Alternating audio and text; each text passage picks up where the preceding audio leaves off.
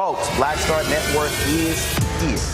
Hold no punches. I'm real revolutionary right now. Support this man, Black media. He makes sure that our stories are told. Thank you for being the voice of Black America, Roland. Stay black. I love y'all. All momentum we have now, we have to keep this going. The video looks phenomenal. See, this difference between Black Star Network and Black-owned media and something like CNN. You can't be Black-owned media and be scared. It's time to be smart. Bring your eyeballs home. You dig?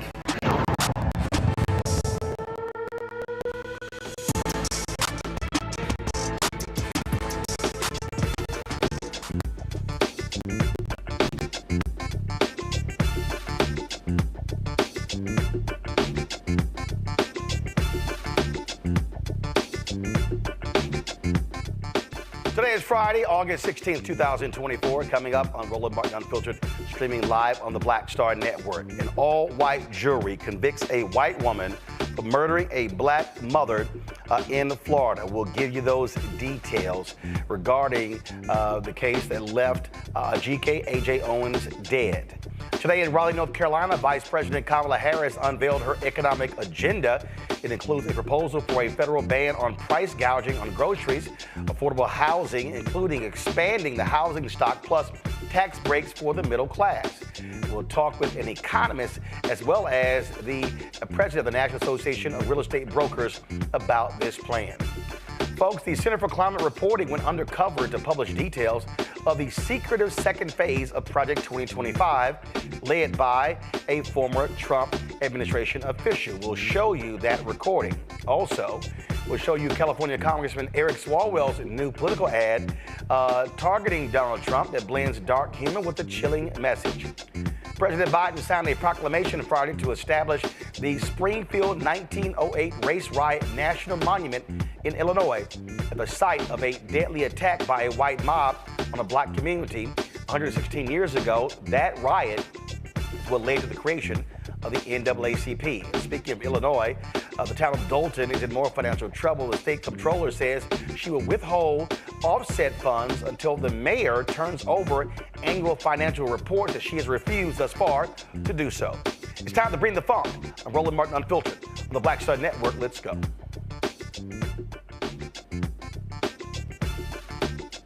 He's got whatever the miss, he's on it.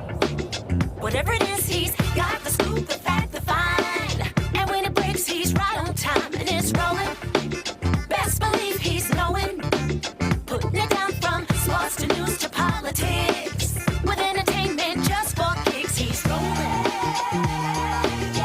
It's on go, roll, roll, y'all. It's Roland Martin, yeah. Rolling with Roland now. He's funk, he's fresh, he's real, the best, you know he's Roland Martin now.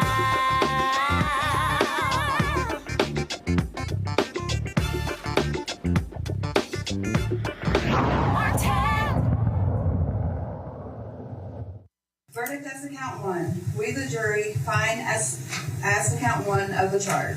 The defendant is guilty of manslaughter. Did the state prove beyond a reasonable doubt that during the commission of the offense, the defendant personally used a firearm? Yes. So say we all, dated the 16th day of August, 2024. Does either side wish to poll the jurors to be polled? Yes, sir. Madam Clerk, please poll the jurors by number only. Juror number 1, is this your verdict? Juror number 2, is this your verdict? Yes. Juror number 3, is this your verdict? Yes. Juror number 4, is this your verdict? Yes. Juror number 5, is this your verdict? Yes. Juror number 6, is this your verdict? Yes.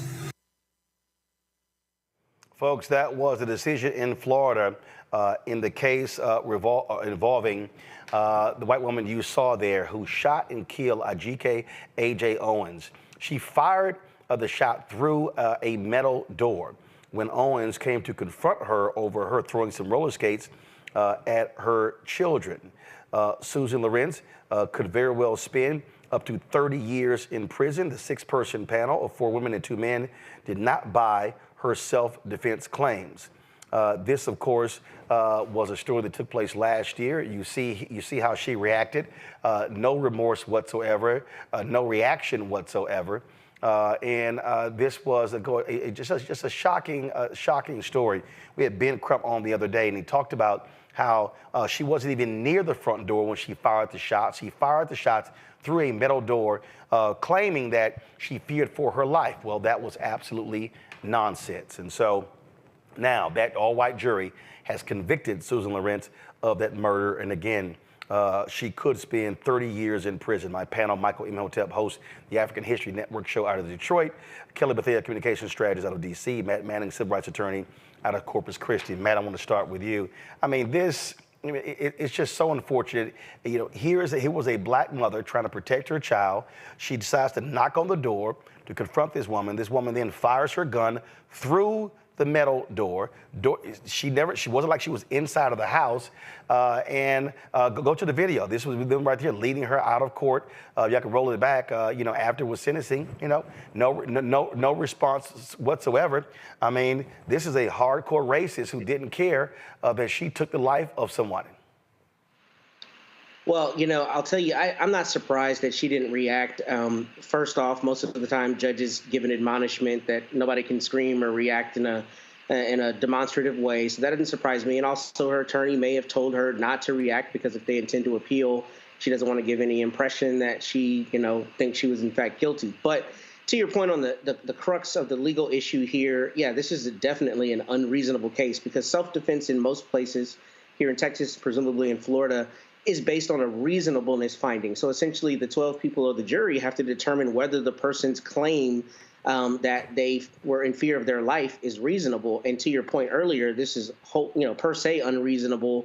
If you're not even at the door at the time that you fire, you're firing through a door, notwithstanding Castle Doctrine or any other law that may give you the right to use deadly force in protection of yourself at your home. It's still a reasonableness question. You don't get to just shoot and then ask questions later. It has to be reasonable. And the primary thing in this case, which I think you've already spoken to, is that there was a history of there being friction between the two of them.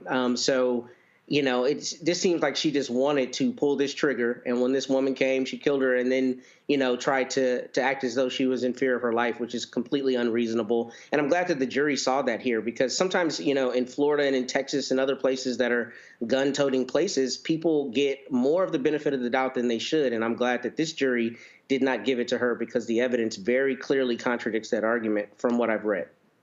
Goes to show you, and I always say this, I say this a whole lot, that when it comes to folks with guns, people act differently when they have a gun and when they don't have a gun. And when they have a gun, all of a sudden it changes, and there's this sort of this tough guy, this tough gal mentality. And she goes and retrieves her gun, no remorse whatsoever, fires that weapon, and she kills this mother. And now that one decision, and I often tell people, this is not just even when it comes to something like this here. I often say to people, before you make a decision, breathe. Because the decision that you could make in the heat of the moment could alter your life completely. And that's what happened here. This mother is dead. Her children don't have a mother. This woman could very well be spending her time in a maximum security prison in Florida. Who is that question for me? I agree with everything you said, Roland. My thing is, I still have a little bit of a sour taste in my mouth regarding this case because if I read the articles correctly, it took a couple days for her to be arrested, even though she admitted to killing her almost immediately after the incident occurred. And, blame it on whiteness, blame it on her looking elderly, what have you. But there's something to be said about be given the benefit of the doubt because of what you look like. And that I have that feeling that is what occurred here. And that is what's not fair. So it's like the family, I feel like got screwed over a little bit twice over because one, it took so long for her to get arrested, and two, the district attorney didn't push for a murder charge, even though they according to these articles, they very well could have. So it just feels like justice was served to the extent that they felt like justice should be served, as opposed to the latter being they threw the book at her. And I don't think that's what occurred here. And it could have. Before I go to Michael, Matt, give us a perspective on what Achille just said there. Just from your perspective, why a DH may choose not to pursue a murder charge as opposed to going for the manslaughter charge? So first, I want to speak to the arrest part, and I'm really glad Kelly mentioned that. I think that is part and parcel with exactly what I'm talking about. In certain states and in certain places where people are unreasonable, frankly, a lot of times, when somebody uses deadly force, particularly with a firearm at their house, they start from the standpoint of, you know, it was justified in the way it may not be if you and I are at a public place and I shoot you there, right? Not at my home. So a lot of times these arrests don't happen immediately, and that can be because the police are giving someone the benefit of the doubt when they wouldn't give other people the benefit of the doubt. And that very often dovetails with race, maybe gender in certain circumstances. But in this circumstance, they might have thought, here's an old white woman, we're going to take her at her word. We're not going to arrest her now, which is crazy because that's not how they normally work, especially where there's been an admission. However, as it relates to manslaughter versus murder, I was actually wondering that myself. I don't practice in Florida, so I don't know how their statute works. But in Texas, especially, you can get a lesser included finding on a jury charge. So what that means is if I charge somebody with murder as a prosecutor and the evidence comes out, and for some reason I think we should also get the jury charged on manslaughter, I can ask for that. But you normally only do that in the circumstance where there's a question about the mens rea or there's a questionable piece of evidence.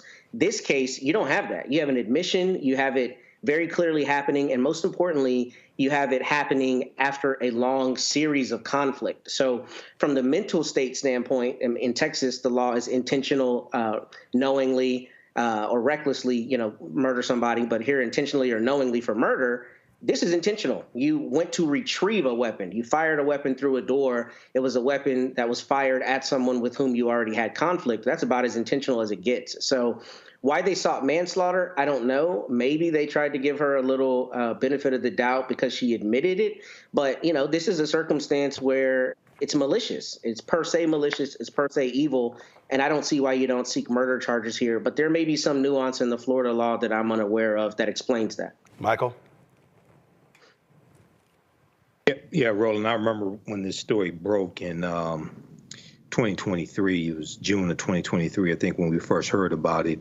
And it was a tragedy then. And if I remember correctly, Ms. Owens' son was next to her when she was shot.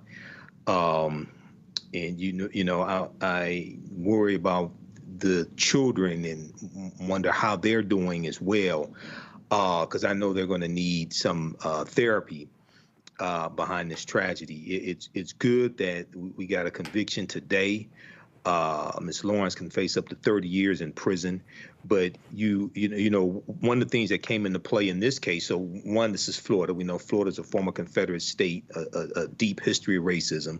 Two, Florida is the state where the stand your ground law started.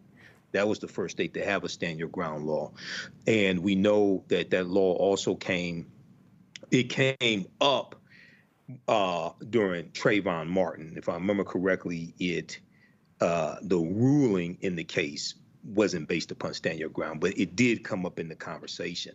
So, looking at the stories on this and the piece from the New York Times, Ms. Lorincz yelled racial slurs, at the children before Ajike Owens went to her house to find out what was going on, et cetera. So, this is just a tragedy all the way around. But I would be interested to find out what type of news did Ms. Lorincz, what was her main source of news? Was it Fox News?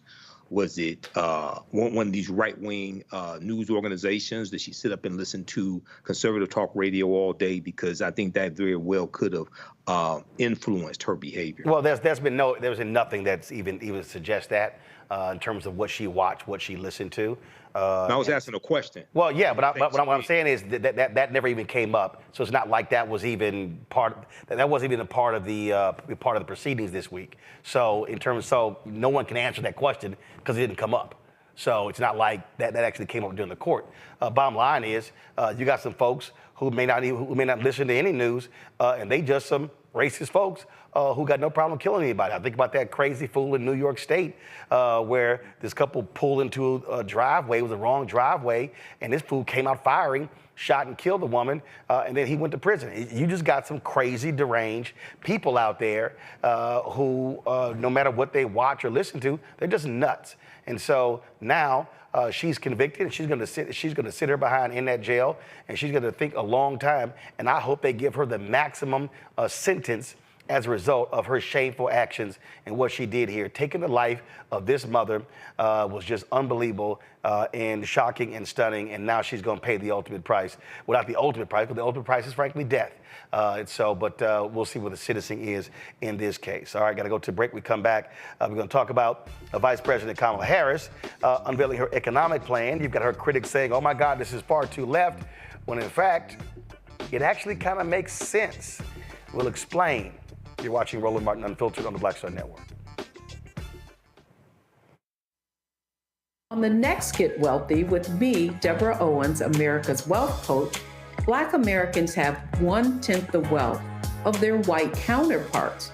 But how did we get here? It's a huge gap. Well, that's why we need to know the history and what we need to do to turn our income into wealth. Financial author and journalist Rodney Brooks joins us to tell us exactly what we need to do to achieve financial success. You can't talk about why we are, as Black people, where we are, unless you talk about how we got here. Bridging the Gap and Getting Wealthy, only on Black Star Network. Coming soon to the Black Star Network. I still have my NFL contract in my house, having a case. It's 4 of them, my 4-year contract. I got a $600,000 signing bonus. My base salary for that first year was $150,000. Matter of fact, $150,000. $150,000. That's what I made, $150,000. Now think about it. My signing bonus was a forgivable loan, supposedly. When I got traded to the Colts, they made me pay back my signing bonus to them. I had to give them their $600,000 back. Wow. Yeah, I was so pissed. Because, I try to be a man of my word. I'm like, you, I'll give you your money back. Even though I know I earned that money, right. I gave them their money back. I gave them their $600,000 back. But yet, I was this malcontent. I was a bad guy. I'm about the money. It wasn't about the money. It was about doing right. Because I looked at, because you look at contract. Look at John Elway. John Elway was making $1 million, $800,000. I was making $150,000. I was doing everything. And I'm like, but yet I was, I got so many letters, so I just play for free and all that kind of stuff. You don't forget that kind of stuff. Right. That stuff is hurtful.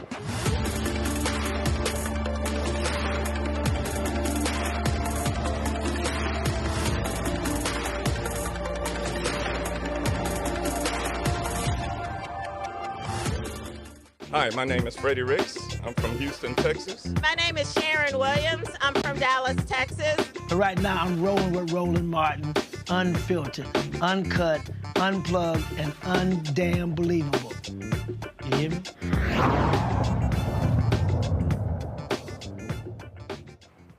Vice President Kamala Harris was in North Carolina today laying out her economic proposals, focusing on food prices, taxes, housing, and medical costs, which she says will empower the middle class. When I am elected president, I will make it a top priority to bring down costs and increase economic security for all Americans. As president, I will take on the high costs that matter most to most Americans, like the cost of food. We all know that prices went up during the pandemic when the supply chains shut down and failed. But our supply chains have now improved, and prices are still too high. A loaf of bread costs 50% more today than it did before the pandemic. Ground beef is up almost 50%. Many of the big food companies are seeing their highest profits in 2 decades. And while many grocery chains pass along these savings, others still aren't. Look, I know most businesses are creating jobs, contributing to our economy, and playing by the rules. But some are not, and that's just not right. And we need to take action when that is the case.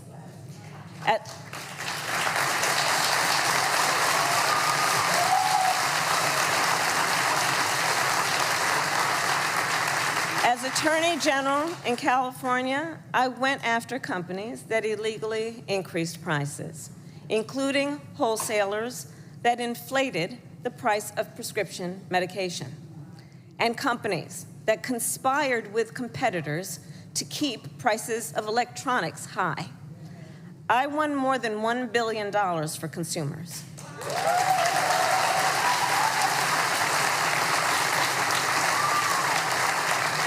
So believe me, as president, I will go after the bad actors.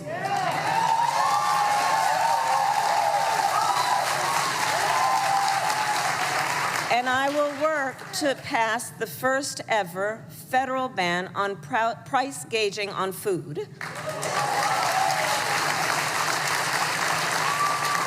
My plan will include new penalties for opportunistic companies that exploit crises and break the rules, and we will support smaller food businesses that are trying to play by the rules and get ahead.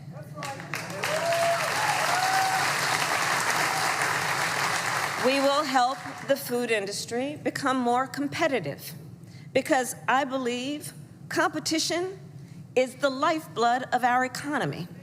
More competition means lower prices for you and your families.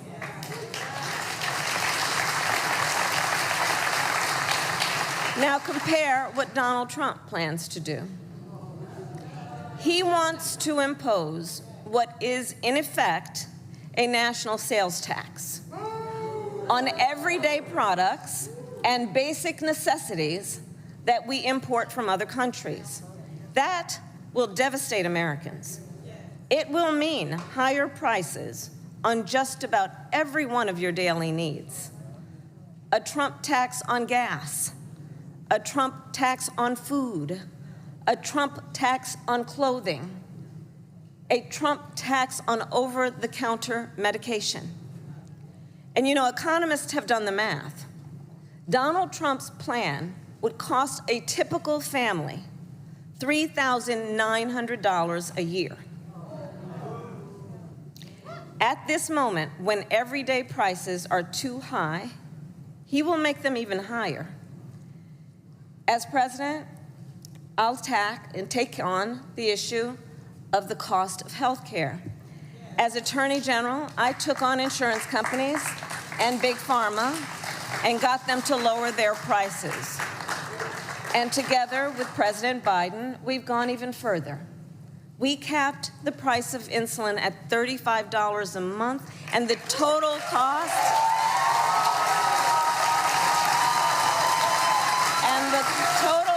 of prescription drugs at $2,000 a year for seniors.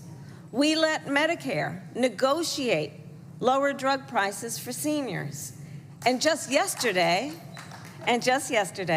we announced that we are lowering the price by up to 80% for 10 more life-saving drugs.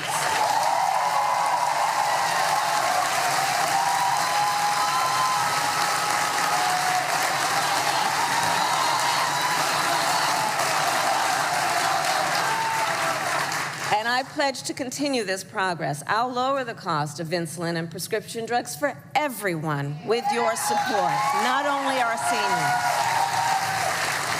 And demand transparency from the middlemen who operate between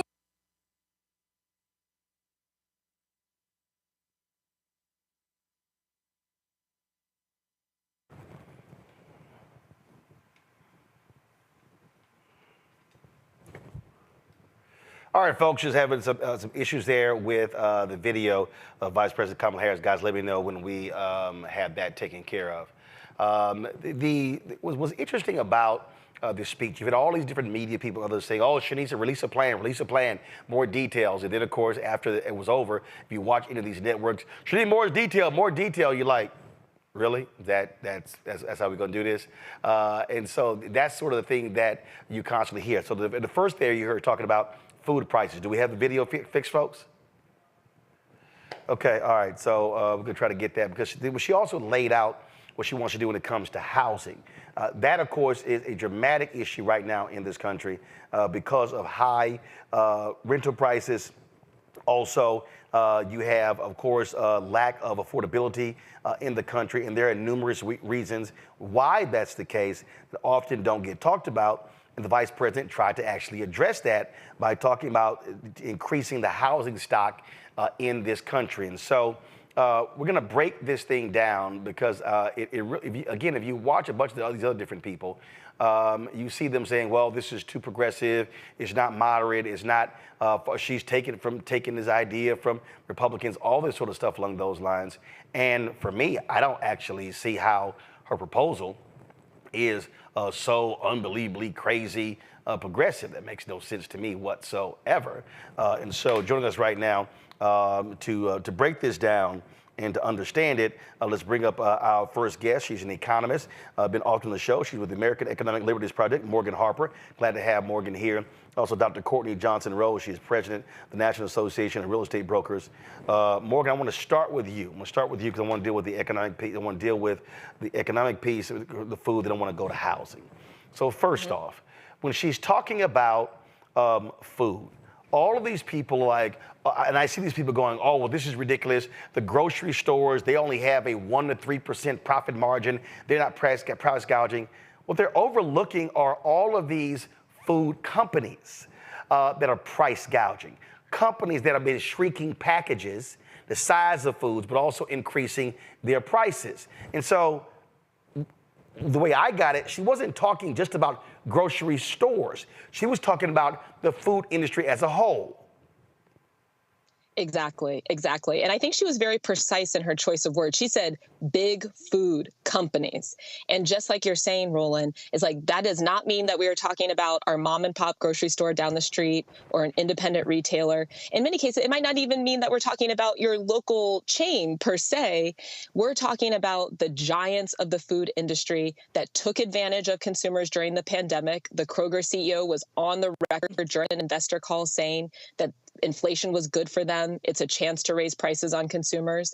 They're trying now to merge with Albertsons and get even bigger and lay workers off like they've done before. It's also the food suppliers. And I think this is a critical point. She didn't get into it in the speech, but there's some price fixing going on there, too, with this company AgriStats that the Department of Justice is suing, that they are finding ways to collude with each other to increase the cost of meat. That then where does that cost have to go? It's not just going to stay with the suppliers. The suppliers have to pass it on to us as consumers.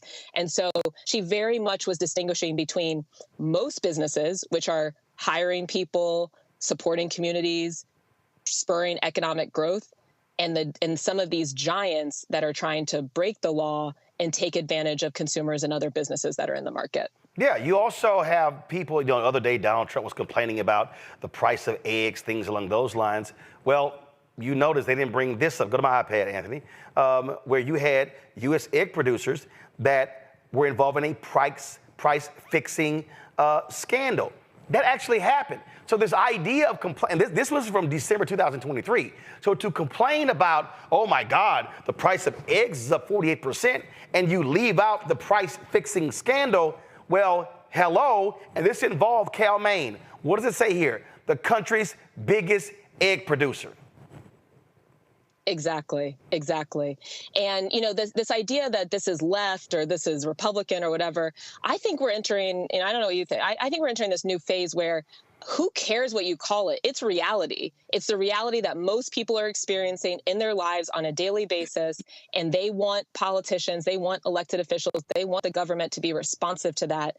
And I don't know. I mean, to me, that's what I heard of a lot in her speech was like, it sounded like a lot of things that I hear people talking about. Right. And that she has some specific ideas of what to do about it. And again, the problem here is people don't understand these specifics. They don't understand. Listen, the average person is like, yo, I go to the store, I buy stuff, it's high. they're not realizing, okay, as you said, the distribution companies, the deliverers, the food companies themselves, these public companies, and also what all these people were trying to do is, again, recouping their money after COVID. All of these things were actually happening. Also, I want to deal with this because she mentioned competition. And you've mentioned numerous times on this show, Kroger, Albertsons, and Robert Rice talks about this all the time as well. When you have monopolies, and not having competition, they're able to increase prices, and you can't do anything about it because they're the only game in town. And so the Biden-Harris administration has been very aggressive with the Federal Trade Commission in blocking a lot of these mergers. And you've had people like the CEO, David Zaslav of Warner Discovery, who was like, hey, I don't care which party wins. I just want somebody to win who's going to allow for mergers and acquisitions, which really means Donald Trump, because they don't want there to be more competition. They want consolidation. They want not monopolies. Exactly. And I think another critical point with this is that is another one of these threats to democracy. We talk a lot about the threat of having people who don't care about norms in government, who, break laws. But part of the reason why we found ourselves in this mess is once a company gets that large to do whatever they want in the marketplace, then they can also take that power and buy off a lot of politicians to make sure that they don't do anything to stop them or reduce their market influence. And, unfortunately, that's what we have heard from former President Trump talking to big oil executives in his own home saying, hey, essentially government's for sale. Pick me, I'll give you a loan. Meanwhile, the Federal Trade Commission coming out saying we're going to take on collusion of that was happening in big oil industry that's increasing gas prices. So, to me, it does seem like there's a pretty clear contrast here. This should not be controversial stuff. Making sure that you don't have landlords, moving to another one of the issue areas that came up in housing, landlords that are able to price fix, just find like the absolute maximum that people are able or willing to pay and go there and then spread that information throughout the country. That should not be political. That should just be exactly what it is, which is illegal and stopped. Okay, so let's play the rest of the video because she also got into housing, and I want to move towards that. So go ahead and play it. And I pledge to continue this progress. I'll lower the cost of insulin and prescription drugs for everyone with your support, not only our seniors. And demand transparency from the middlemen who operate between Big Pharma and the insurance companies who use opaque practices to raise your drug prices and profit off your need for medicine. 2 months ago, I announced that medical debt will no longer be used against your credit score.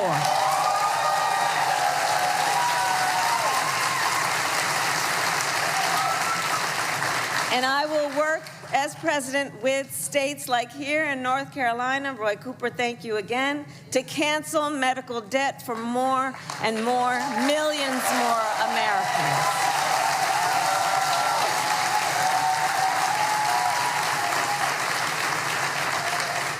As for Donald Trump, well, he wants to repeal the Affordable Care Act, which 45 million Americans rely on. 45 million Americans rely on it for health care. That would take us back to a time when insurance companies could deny people with pre-existing conditions. We all remember what that was. And we're not going back. We're not going back. We're not going back. And remember, and this is why we're not going back, because we do remember, he tried to cut Medicare every year he was president, threatening a program that tens of millions of seniors count on. And according to his Project 2025 agenda, he intends to undo our work to bring down prescription drugs, the cost of prescription drugs, and insulin costs. Well, we've come too far to let that happen.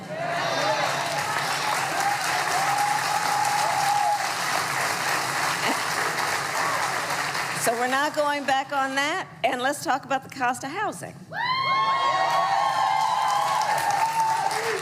So now, the housing market can be complicated, but look, I'm not new to this issue.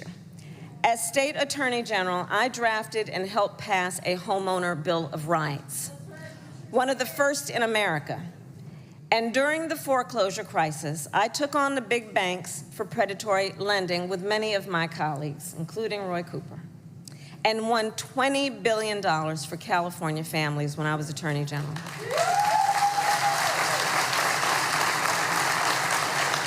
So I know how to fight for people who are being exploited in the housing market. And I know what home ownership means. It's more than a financial transaction. It's so much more than that. It's more than a house. Home ownership and what that means, it's a symbol of the pride that comes with hard work. It's financial security. It represents what you will be able to do for your children.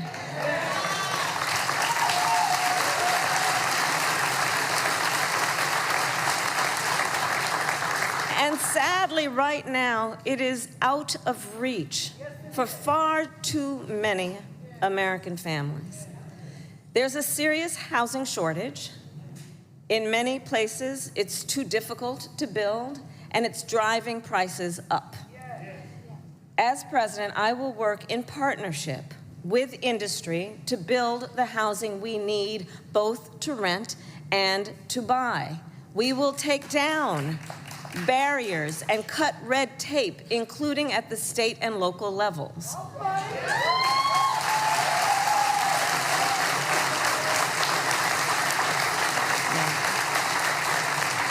And by the end of my first term, we will end America's housing shortage by building 3 million new homes and rentals that are affordable for the middle class. All right, folks, so let me explain something to you again that people don't necessarily think about. This year marks the 90th anniversary of the Federal Housing Administration. Go to my iPad. This was the press release that HUD's posted in June. And so it talks about, so this was created under President Franklin Delano Roosevelt.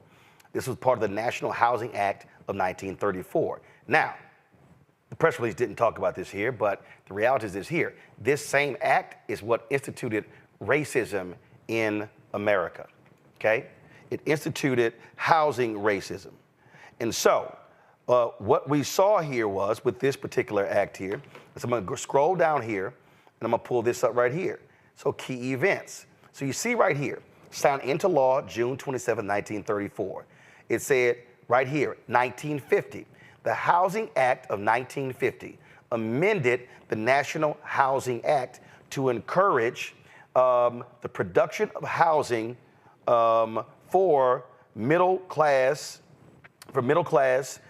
families, and established Section 213 for mortgage insurance on cooperative housing projects. Okay, I want y'all to hear that again.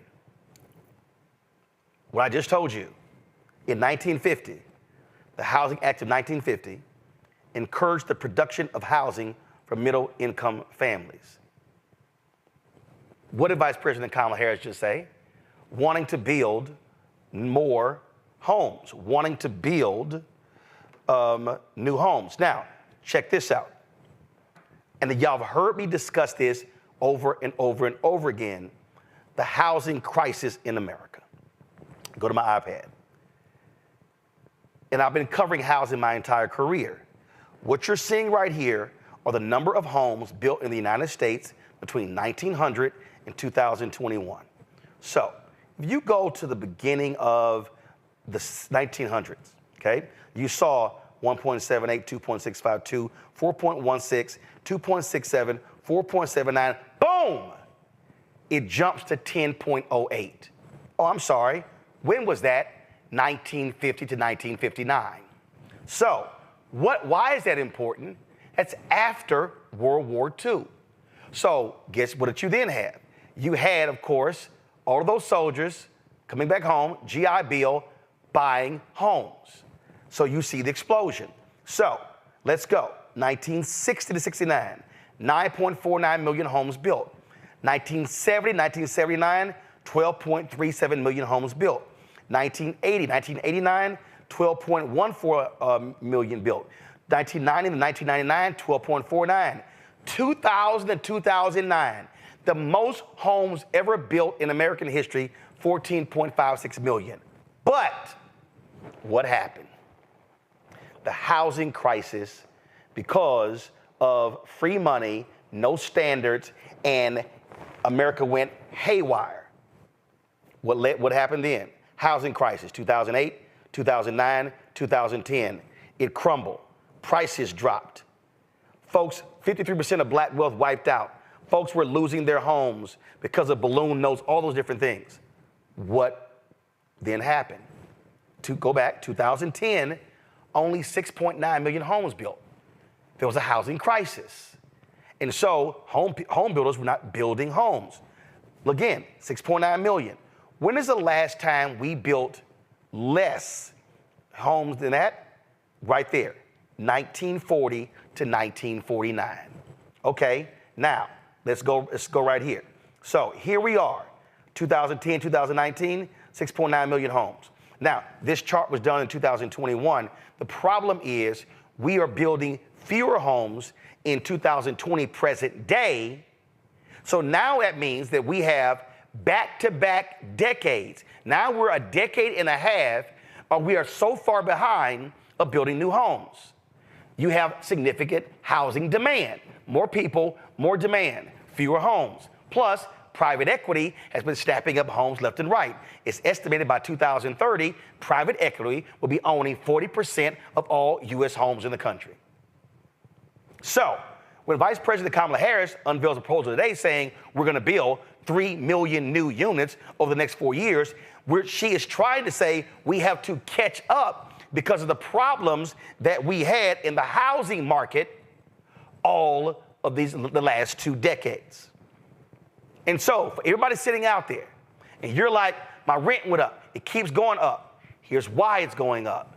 There are people right now who should be owning homes who can't. Not just because of mortgage interest rates going up, but because private equity has been buying them. Second of all, and my next guest will explain this as well, baby boomers are holding on to homes. See, you got to put all this stuff together. Typically what happens, baby boomers get older, then they sell homes, they might move into condos, they might move into homes with their families. That's not what's happening. They're living longer. And so all of these factors are what's driving the housing crisis. So it's easy to say, Biden's fault, rent's going up. No, it's not. Right here, when you had homes that were built in 2010, Obama was president. He's vice president. That was happening. And so we have to have a deeper understanding of what's happening in the housing market. And so we're going to play a video later from Robert Reich. I think it's really important as well. But let me bring in Dr. Courtney Johnson-Rose. Courtney, what you heard from the vice president today, I think speaks to where we are. First-time home buyers, $25,000 tax credit. Why is that important? Because now, if they have 10%, now I got that $25,000, that really helps. But also, you've got to build more housing stock to drive down these prices because you have pent-up demand. Yes or no? Yes, and Roland, you are so spot on this conversation. Housing is everything. And when we look at this is simply supply and demand. And the supply and demand chain has just been off for so many years. But what we're seeing at NARAB is that it is the biggest impediment to Black home ownership is not our credit, not that we have bad credit, not that we don't have any money, and not that we don't have jobs. It's that there's no housing to purchase because the housing supply has been so low. You mentioned a couple things. One, baby boomers are not moving. They're staying in place because they don't have anywhere to downsize to, which means houses are not coming on the market. Institutional investors, 28% of the market right now, and it's growing every single year, are being by institutional investors. And Courtney, here's the problem. You may have customers. You may have folks that are trying to buy a home, and they've scrapped their money together, and they're like, we really want to buy a home. But then all of a sudden, private equity comes in, and they're like buying a house in cash. So now a homeowner's like, no inspection. How can you compete with that? Right. And the reason I filed for bankruptcy in 2004 because of health issues, because of medical bills. But I came out of that bankruptcy in 2008. Part of the reason why I filed because they were trying to foreclose on my home. I then owned that home outright 4 years later. For the last 5 years, they have blown my phone up with text messages, phone calls, call my daddy, call my sister, call my mama, and it's like, trying to sell your home? I'm like, hell no, stop calling me. And so they want to pay for cash because I own it outright. Yes. And that's what's happening. So a lot of people, and the reason I'm not selling, because my parents are 77, they live in my home. I've had nieces and nephews who've also lived there as well. So that actually helps my family economically because they're not having to be in this housing market because I own it. But what we're dealing with is, right now, you have regular, ordinary people, they cannot compete against private equity with all their money. They can't. If they present an offer, Roland, that has, we need 3% help towards closing costs, so we're using a down payment assistance program, they cannot compete against private equity firms that are cash, no appraisal, no inspection, and close in 7 days. So what it makes it is that our buyers that are qualified can't find a home. Fannie Mae has a stat out now that shows that there's more than 2 million mortgage-ready Black Americans. That means they have the credit, they have the income to purchase a home, but there's not a home out there available for them. So this plan from Vice President Harris is exciting. It's spot on. It's what's needed to spur the economy. The other thing that we're experiencing is our people are paying so much in rent. It's unreal. We have families that 60 to 70% of their income is spent just for a rent. But first of all, you just said it. You just said there are 2 million eligible Black people. They should actually be homeowners. They should be homeowners. They should need rent. Right. So the problem is when you can't get a home, you have to rent. Now the folks with the apartment, they know pent up demand, so they like add 500, add 800, add 1,000. Now you have no choice because you can't go anywhere. So if you're not building apartment complexes, if you're not building new homes, then this problem simply intensifies and gets worse. And so you have to have, and I had somebody in a chat like, Roland saying vote blue no matter what. No, this is affecting Republicans, conservatives, white people, Latinos. I mean, I went back and looked, Courtney, it's crazy. I went back and looked at the neighborhood that I grew up in, okay? And I've been back. Yeah. I'm looking at home prices, and I'm like, what? That makes any sense. Literally, I'm talking about, I'm looking at home prices, houses not even 1,500 square feet, 1,800 square feet that are $400,000, $500,000, and $600,000. 20, 30-year-old homes too. That's insane. It's unreal. And then you couple that, Roland, with the high interest rates. And now your monthly payments are just astronomical. The other thing that we're seeing is that the number one group that is becoming homeless are older Black women that are on fixed income. So what happens, the people that should be buying a home don't have a home to buy. So now they're in the rental community. Somebody just posted in our chat, my studio apartment is $1,875 a month. What's crazy, Courtney, when I bought my house and I had a high interest rate, the note was $1,400. Yes, my first house was $897. 2-bedroom, 2-car garage, townhome, $800 a month. It doesn't exist anymore. You can't rent anything for $800. Nope. So the only way to deal with this, the federal government has to come in and say we have to spur the building of new homes. And so all of a sudden, if you now have 3, 4, 5, 6 million, she's simply saying we got to play catch up because then, so doing that, that's going to actually decrease the pent-up demand, and then what's going to do is it's going to force those folks who are with the renters. Now people are going to have more options. They have to bring down prices. It's going to take that competitiveness off out of it and bring down the price. And I love your analogy, Roland, about how FHA has done it before. It's why it was created. Yeah. It's the tool. So now we have to use the tool to do it again. But that's what the tool was created to actually do. And her plan is utilizing the tool that's at our fingertips to be able to spur this economy. The other thing I want to mention is that housing affects so much of the economy. You have construction workers that get jobs. You have people that buy new furniture. You have real estate brokers that get paid, inspectors, appraisers, mortgage companies. It's a whole industry. Yep. We can also be excited about her bringing this industry back to life that has been suffering over the past few years. Yep, absolutely. And so I just, for people out there, they really need to understand how deep and broad this is. And it's not just so simple as, well, it's Biden's fault, it's Harris's fault, or if a Republican was in place. We have to recognize the crisis that we are in right now was 20 years in the making. And Courtney, I'll be honest, I remember, and people were mad at me because I was critical of President Obama in 2009 and 2010 when I said, don't let the banks off the hook. Because what happened, Courtney, was we bailed the bank. Remember those, it was called toxic assets. Those were the home mortgages. We bailed the banks out. They held onto those home loans. And when they recovered, they were selling 25,000 lots to private equity, and that's where we are right now, right?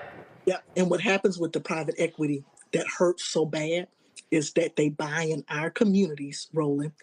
They get the properties, pennies on the dollar, they turn them around, and they make them rental units. Boom. So we end up renting the same property that we should have the opportunity to buy. We end up renting them, and we never get it back as part of the housing stock. It turns into a permanent rental property that these companies do, and then they collect rent from us. And then they add the other piece, because you know this as well. When neighborhoods transform from being homeowners to renters, that actually drives down those neighborhoods because those folks are transient, so they're not taking care of their yards. They're not fixing up their properties, not investing in their properties. So the value of the neighborhood can actually go down when it becomes a rental neighborhood. And if you're a homeowner in that neighborhood, now your value is decreased because the institutionalized investors that, by the way, don't live in the same state, by the way, don't keep up the actual property, by the way, use an outside property management company. So that value now is taken away from our communities when there's people that could be homeowners in those properties. Absolutely. So I hope folk first of all, I guarantee our audience got way more out of this than what in the hell they could get on CNN and the rest of these people, because they're focused on political stuff when, no, this is a real issue when it comes to housing. People's issue.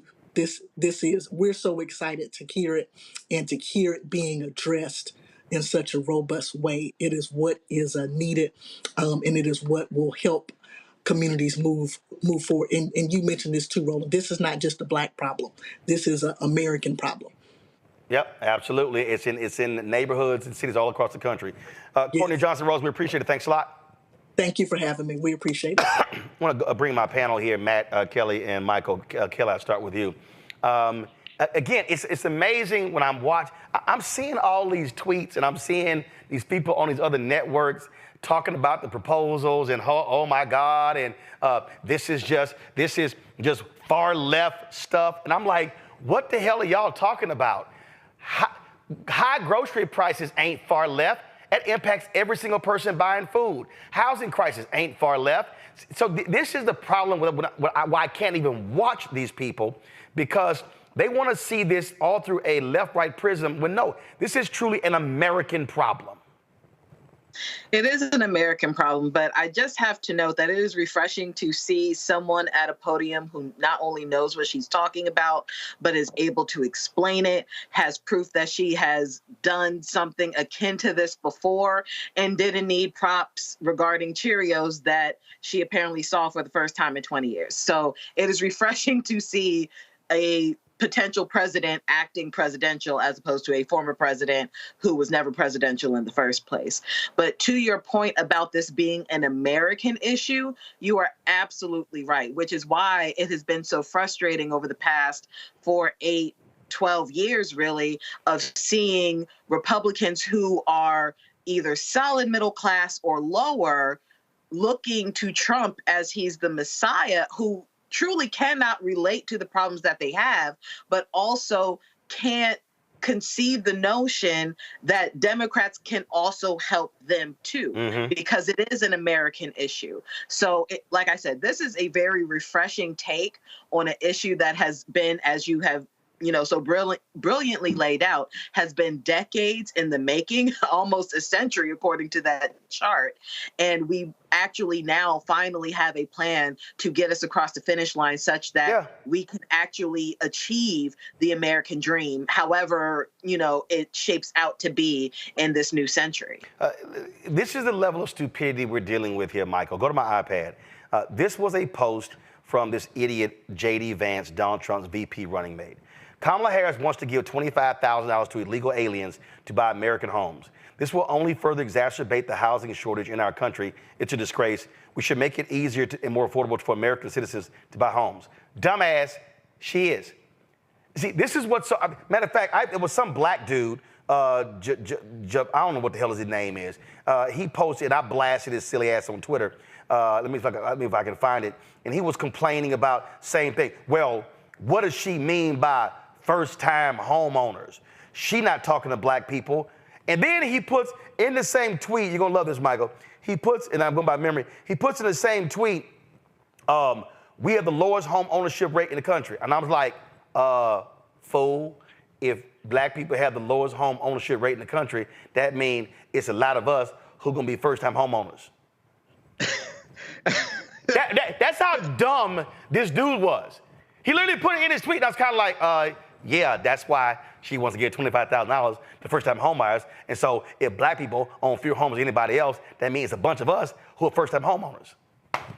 See, people like that only pay attention if it says black. And they don't realize that all this stuff impacts black people. Yeah. Oh, he black now. He black too. It's going over their head, Roland. It's going over their head. Now, that program right there, $25,000 tax credit, first-time home buyers. And it also, when I was reading articles from ABC News and NBC News about this today, it also applies to people, first-time home buyers, and like the previous, like their parents didn't own a home as well. Okay, it talks about that. Yeah. So this is monumental.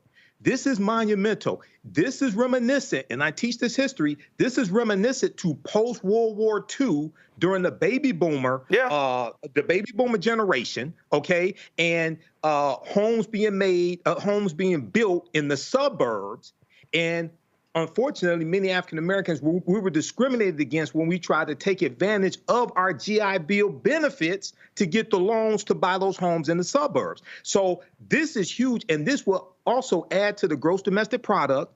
This will, and she didn't. I watched the press conference. I watched the speech today. She didn't even talk about how this is going to impact the skilled trades. I used to manage a skilled trades program for a local community college. Okay, you're going to have people going into the skilled trades who will be able to be put to work immediately. This is going to have a big impact on hardware stores as well. Now, Donald Trump right now is going crazy. I'm telling you right now that he's having a cussing fit because she's blowing him away, and everybody sees how this is going to be important. And one of the things she's going to do is attack, it's the preventing the algorithmic facilitation of rental housing cartels. Okay, and this is a bill she's proposing. Again, let's slow that down, because what people don't understand when Courtney was on, here's what people don't realize. when she said the people who are buying these homes don't even live in the state. They ain't never even seen a home.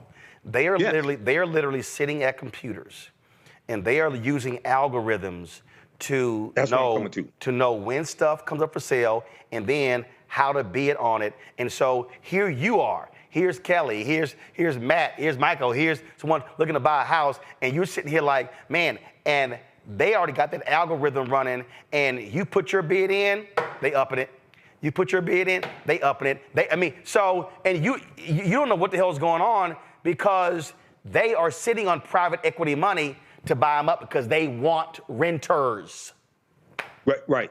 That's what I'm coming into. There's a big article from ProPublica from October 15th, 2022 called "Rent Going Up, One Company's Algorithm Could Be Why." And it deals with these algorithms that are being used by the cartels, like she's talking about cracking down on. And this is jacking up the cost of rent, but then it makes it harder for renters to actually save money to even buy homes if homes are available. So she's attacking this from different angles. This is brilliant. Yeah, it is. This is how you win an election. So Matt, here was this fool, Jamal Green. Go to my iPad. This fool tweeted, does anybody want to tell me what first generation is code for? LOL. Dumbass is first generation. Pay attention to the cryptic words being used to show us what agenda is their agenda. Yet you literally have black folks acting like the Democrats will prioritize you when you have the lowest home ownership rate in the country at 44%. Like, stop. See, Matt, the reason I can't stand fools like this here, and I think this fool ran for mayor of Chicago or something, I don't know, but he's stupid. Here's why it's dumb. I remember 2008 having Alphonso Jackson, who was the HUD secretary, on my WVON radio show. And what happened was we had a national standard when it came to these mortgages. Republicans pushed for, what's their magic word? Let's get rid of bureaucracy, okay? Free market systems. So we went from a national standard to a 50-state standard. So that's when it went haywire when it came to doing all these loans. That is what led to this housing crisis. This whole free market capitalism, let's just de-emphasize and let's bring it all down. And what this fool doesn't realize is that is what crashed the market, and that's what caused 53% of black wealth to be wiped out. Under Bill Clinton, we got the closest we've ever had to 50% home ownership. But this is literally how it's gone for black people. Up, down, up, down, up, down. And so you have never had 20 consecutive years of black home ownership growth because you've had these ups and downs with the economy. This is a brilliant plan because you have to attack the housing crisis, which is part of the economic crisis, in this way. Yeah, and I'll readily concede I don't understand the economics of everything to the extent I would like to, but one thing I do know is it is often said that a home is the biggest driver for generational wealth, right? So anything that democratizes the opportunity to own a home, particularly for people who have been kept out of the process en masse, i.e. us, black people, then I don't think that's a problem. But I think part of this really is a philosophical issue. The biggest issue is we have a free market system wherein we allow things that are necessities to be commodified. When you allow housing and medical and things that are necessities to be commodified to this extent, and you don't regulate it such that your average person gets to actually participate, then you have this kind of thing happening where you have private equity firms that are buying homes based on algorithms, and the family who's trying to get their economic life started can't do so because they're getting pushed out of the market. That's especially true in my hometown, in Austin. You look in Austin, a house is listed and people these absurd. I mean, I have friends, literally, people I grew up with who cannot live in the city limits of their hometown because it's so expensive. They're getting pushed way out into the boonies because that's the only place they can afford a house. In many ways, Austin, Matt, that was my first job out of college, Austin American Statesman. Because of technology companies, Austin is damn near going to be like San Francisco, where they're driving everything up and you're pushing everybody out. I live in D.C., and that's exactly what's happening. I get text messages probably twice a month where they're trying to buy my parents' house. The little house I grew up in that was at the edge of town when they graduated from the University of Texas. My sister and I grew up there. They still live there. The house is very small, and they will offer crazy money to buy it because it's in Austin. They know how hot the market is, and they know that they can resell it and make money. And the bigger issue is when we allow basic necessities to be commodified to this extent, then it pushes people out. And, you know, the philosophical idea of free market is fine, but the problem with that is we know that's disingenuous because we bail out banks, right? We bail out those who are too big to fail or whom we find there's some economic benefit to save, but your average consumer doesn't always get that fail safe. So any program that tries to allow the middle class to really participate and have those entrees to economic freedom and economic longevity are good things. And I think that comes with some amount of regulation. And one thing I want to say on that is people always say, oh, that cost is going to be put on us. That cost is going to be put on us. It will be. But if that cost is small, if it's marginally felt for each individual taxpayer, but we have the overall benefit of a program that helps everyone, it seems to me that's the business we should be in. Yeah, but here's the whole deal, though. First of all, a tax credit, that's actually not pulling money out of your pocket. And for all of the people out there who say those things, let me remind them there are literally billions upon billions upon billions of dollars that go to major corporations every single year in tax credits. But you know what we say? We call them economic incentives. We call them tax increment financing districts. We call them opportunity zones. So in America, this is the fundamental problem with America, especially Congress. We have no problem helping out major corporations when it comes to actual people. No, we can't do that. No, we actually can't do that. And that's the problem that we have here.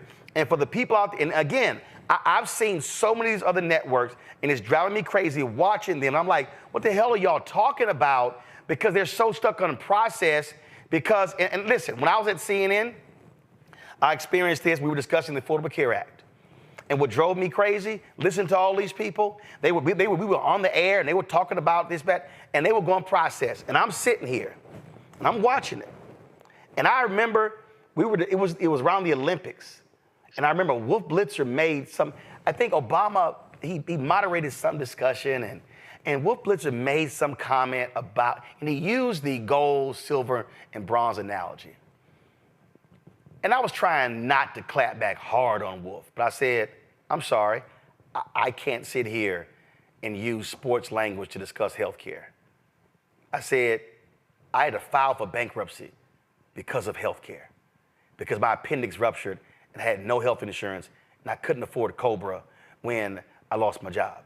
I said, so I'm sorry, I'm not playing with this issue.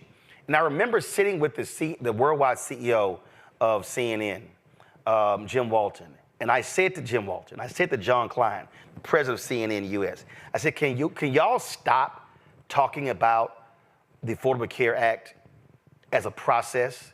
Can you actually talk with people who have health issues, who are dealing with this here? So when we're talking about this stuff, this is affecting real people. And so I'm not calling what she laid out far left and just crazy and all that sort of stuff. This is not far left. This is actually real. And because I own that home in Texas, my parents have lived there last 10, 12 years. So that means that they aren't having to spend 70% of their fixed income on housing because they're just dealing with upkeep. Nieces and nephews have lived there, so now they are able to build in the first 5, 10 years of their life as adults and not be burdened with this here. So the fact of the matter is, this is why home ownership matters. So by me owning a home, there are multiple generations of my family who are benefiting from owning just that one home. And that's the difference between renting and owning. And people have to understand that. I saw this great video by a former Labor Secretary, Robert Reich, on this as well. And I want to go ahead and play this because I love how he breaks it down. And you know what? I really wish And I would love to see this. I would love to see the vice president, when she's giving one of these speeches, I would love for her to treat it like a classroom. I would love for her to do exactly what he did here, the chart that I showed, to show people that whole deal versus just standing in it. Because again, I think there has to be more teaching of people who don't understand the economy or civics as opposed to just speeches. And so watch this. And this, I hope people also, after we've talked about it and watch this, they'll really understand how these things are all linked. Roll it. Rent is skyrocketing, and home buying is out of reach for millions. One big reason why? Wall Street. Hedge funds and private equity firms have been buying up hundreds of thousands of homes that would otherwise be purchased by people. Wall Street's appetite for housing ramped up after the 2008 financial crisis. As you'll recall, the street's excessive greed created a housing bubble that burst. Millions of people lost their homes to foreclosure. Did the street learn a lesson? Of course not. It got bailed out. Then it began picking off the scraps of the housing market it had just destroyed, gobbling up foreclosed homes at fire sale prices, which it then sold or rented for big profits. Investor purchases hit their peak in 2022, accounting for around 28% of all home sales in America. Home buyers frequently reported being outbid by cash offers made by investors. So-called iBuyers used algorithms to instantly buy homes before offers could even be made by actual human beings. If the present trend continues, by 2030, Wall Street investors may control 40% of U.S. single-family rental homes. Partly as a result, home ownership, a cornerstone of generational wealth and a big part of the American dream, is increasingly out of reach for a large number of Americans, especially young people. Now, Wall Street's feasting has slowed recently due to rising home prices, but that hasn't stopped them from specifically targeting more modestly priced homes, buying up a record share of the country's most affordable homes at the end of 2023. They've also been most active in bigger cities, particularly in the Sun Belt, which has become an increasingly expensive place to live. And they're pointedly going after neighborhoods that are home to communities of color. For example, in one diverse neighborhood in Charlotte, North Carolina, Wall Street-backed investors bought half of the homes that sold in 2021 and 2022. On a single block, investors bought every house but one and turned them into rentals. Folks, it's a vicious cycle. First, you're outbid by investors. Then you may be stuck renting from them at excessive prices that leave you with even less money to put up for a new home. Rinse, repeat. Now, I want to be clear. This is just one part of the problem with housing in America. The lack of supply is considered the biggest reason why home prices and rents have soared and are outpacing recent wage gains. But Wall Street sinking its teeth into whatever is left on the market is making the supply problem even worse. So what can we do about this? Start by getting Wall Street out of our homes. Democrats have introduced a bill in both houses of Congress to ban hedge funds and private equity firms from buying or owning single-family homes. If signed into law, this could increase the supply of homes available to individual buyers, thereby making housing more affordable. President Biden has also made it a priority to tackle the housing crisis, proposing billions in funding to increase the supply of homes and tax credits to help actual people buy them. Now, I have no delusions that any of this will be easy to get done, but these plans provide a roadmap of where the country could head under the right leadership. So many Americans I meet these days are cynical about the country. I understand their cynicism. But cynicism can be a self-fulfilling prophecy if it means giving up the fight. The captains of American industry and Wall Street would like nothing better than for the rest of us to give up that fight so they can take it all. I say we keep fighting.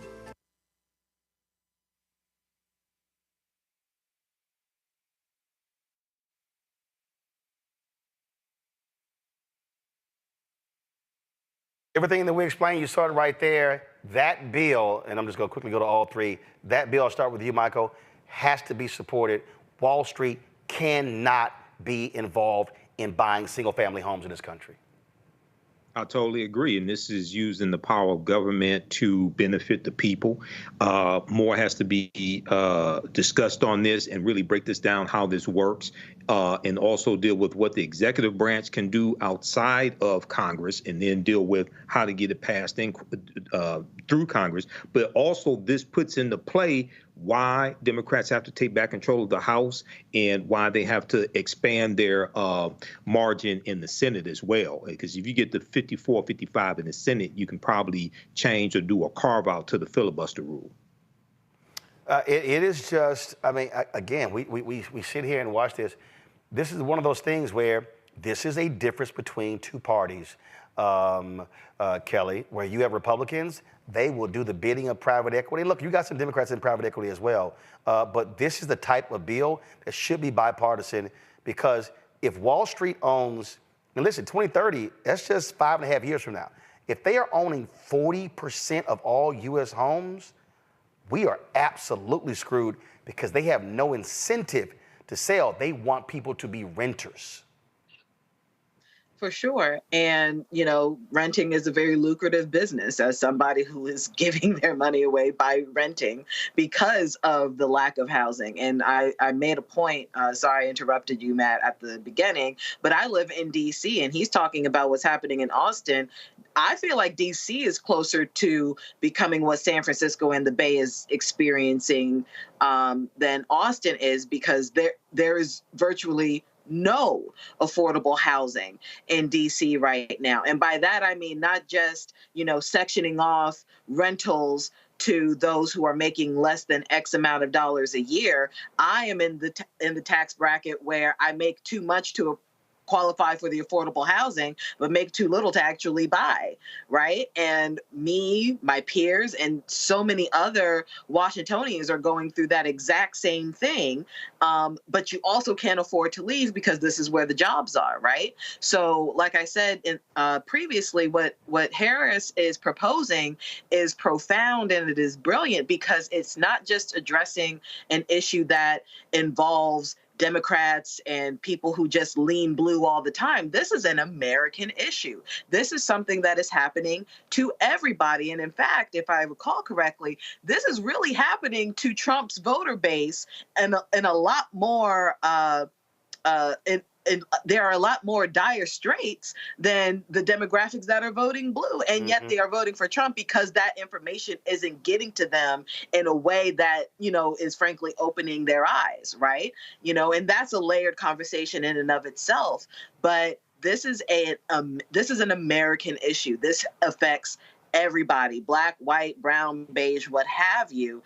And should it actually be implemented correctly, this could transform how America is viewed, how we view America, and how we move forward. To Michael's point, this is also why we need to vote up and down the ballot. This is not a vote just for Harris. We need to look at our Senate. We need to look at our Congress. We need to look at our local elections that are up right now, because all of that needs to happen in a way such that she can do her job, so that we can live the way that we need to live and want to live as Americans in this country. And see, Matt, the Washington Post, they put out this editorial: "The Times demands serious economic ideas. Harris supplies gimmicks." Well, that's what happens when you're sitting in rarefied air, which is beyond stupid. In their editorial, they're complaining about when she's talking about price hikes, things along those lines. They say, oh, these things are vague, stuff along those lines. And then they claim that these price hikes are not what's causing inflation. That's absolute BS. And not only that, here's the other thing that these folks don't want to deal with. And again, I get how Americans operate. This guy put out this post right here, and he said, Bill Prady, he said, someday some reporter will figure out how to explain to the American public how post-COVID inflation was a worldwide phenomenon caused by pent-up demand, and that the Biden-Harris administration handled it better than every other country. And so he shows a chart here from the Council of Economic Advisors, and it shows you Italy, UK, Germany, Europe, France, Canada, Japan. The United States has been able to lower inflation to a lower level than any of these other countries. People can't, I guess what drives me insane, Matt, are these people act like COVID never happened. They act like 2020, 2021, and 2022 didn't exist.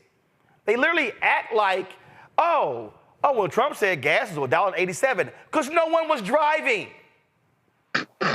They act like, they act like, it's like, people were actually at home buying things. I had a cam link, and I have it in my bag. It allows you to connect your camera to your computer to live stream.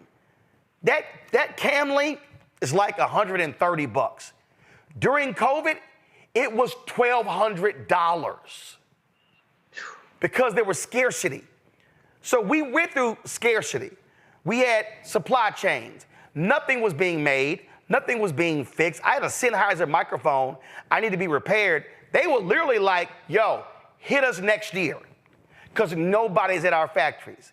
And so that's also what is maddening, this idea that that never happened. So I don't understand why inflation is so high. I don't understand why these are happening because we literally had a worldwide damn pandemic the first time in 100 years.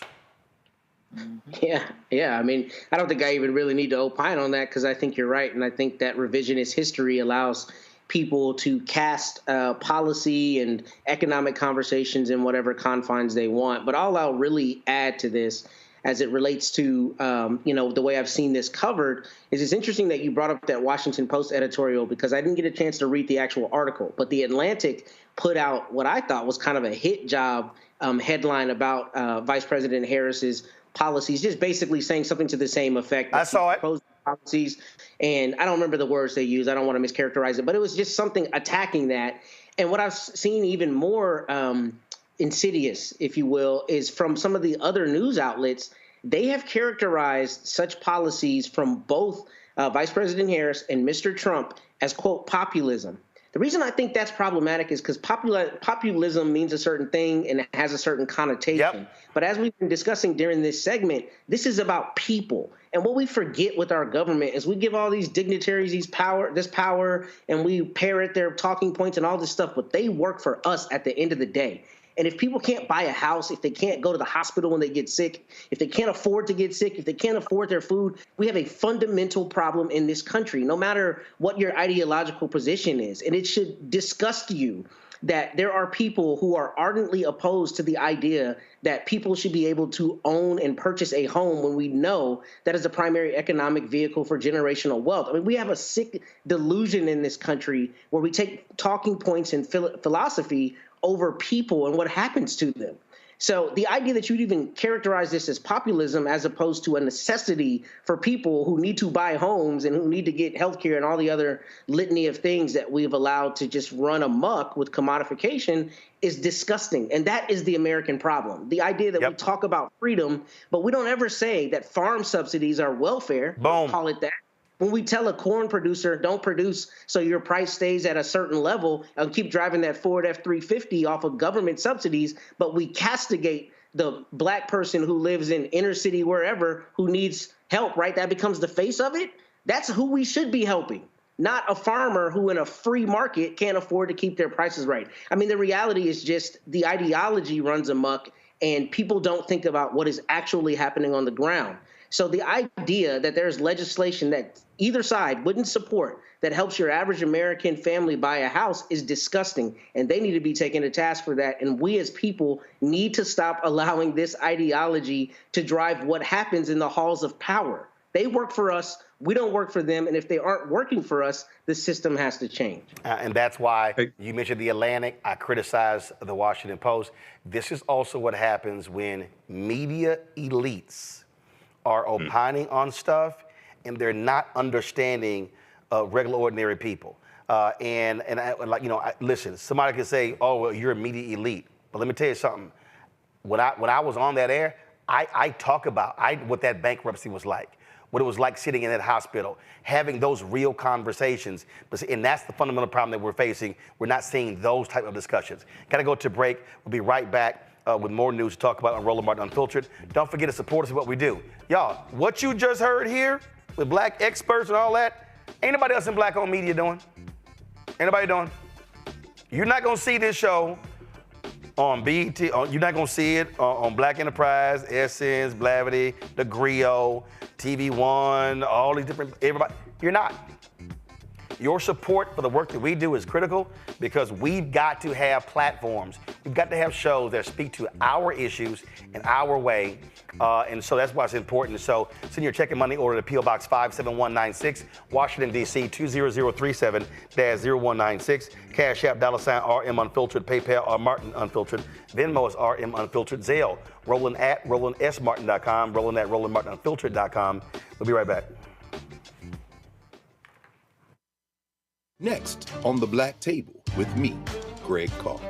We featured the brand new work of Professor Ajike Porter, which, simply put, is a revolutionary reframing of the African experience in this country. It's the one legal article everyone, and I mean everyone, should read.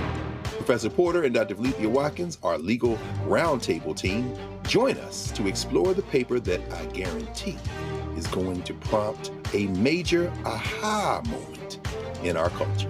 You crystallize it by saying, who are we to other people? Who are African people to others? Governance is our thing. Who are we to each other? The structures we create for ourselves, how we order the universe as African people. That's next on The Black Table, here on the Black Star Network.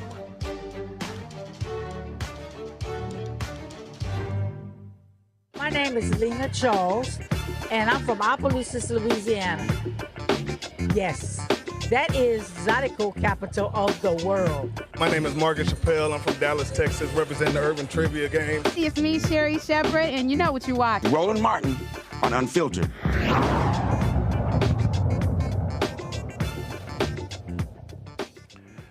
President Joe Biden today signed a proclamation designating a national monument at the site of the deadly 1908 race riot in Springfield, Illinois, a tragedy that led to the creation of the NAACP. The riot killed several black residents and destroyed dozens of black homes and businesses. It exemplified the ongoing racial tensions across the United States, including in northern states. Here is President Biden. Welcome all my former colleagues, and members of the administration, and those outside the administration that made this happen. I want to say one thing at the outset.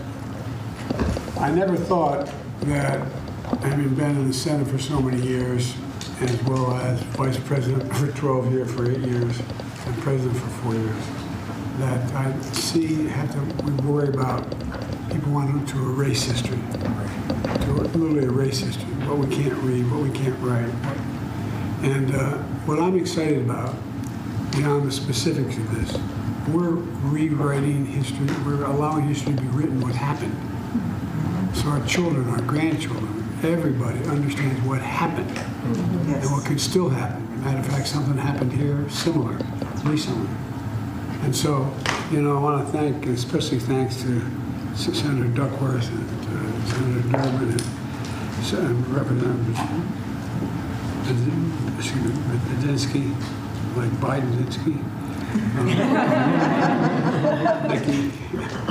By the way, I moved from an Irish neighborhood in Scranton when it was cold. I moved down to Delaware.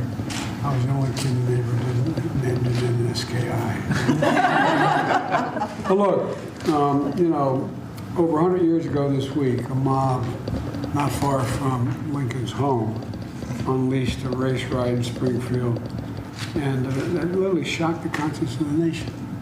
It shocked the conscience of the nation. But these folks worked so hard to make sure, a lot of people forgot it. There was railroad tracks there, there was a lot going on there, and people forgot it, as if, it didn't happen. You listen to some of our colleagues and think, oh, no. We've never had this problem. Well, you're going to continue to have these problems as we talk about the problems we had before and making sure we solve them.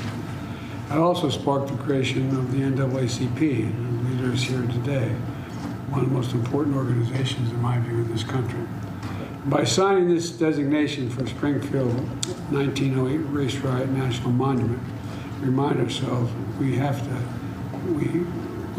no safe harbor unless we continue to remind people what happened. What happened. It's really important. And I'm, you know, as you've heard me say, when I had an operation years ago, the doctor told me what my chances were, and he said, you know, your problem is you're a senator. He said, you're a congenital optimist. Well, I am an optimist. I'm optimistic about this country because we're good people. But we can't let these things fade. And I want to thank the engineering firm that went out and found the remnants of the facility. I want to thank the Catholic Hospital for donating the site that was there to make this happen. And all these people. All right, folks. Democratic Congressman, go to another story. Democratic Congressman Eric Swalwell dropped this new ad asking a simple question. You wouldn't trust him with your kid, would you? Man, I love this. Watch it. I love you. Have a great day at school. Dictator on day one. There will have to be some form of punishment for women. Roe vs. Wade was terminated. Fire, fury, bloodbath. Now get in. You know what, honey? I'm gonna drive you today. Besides, can convicted felons even drive school buses?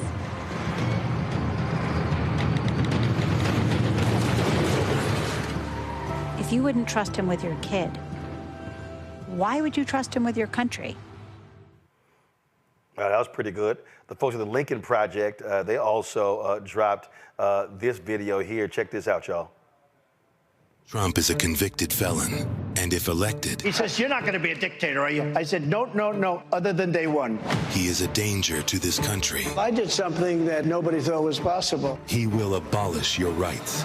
I got rid of Roe v. Wade. He is a danger to our democracy. I need 11,000 votes. Give me a break. There's nothing wrong with saying that you've recalculated. He is a danger to national security. I'm going to bomb the shit out of them. He is a danger to our safety. We were watching Capitol get defaced over a lie. We will never give up. We will never concede.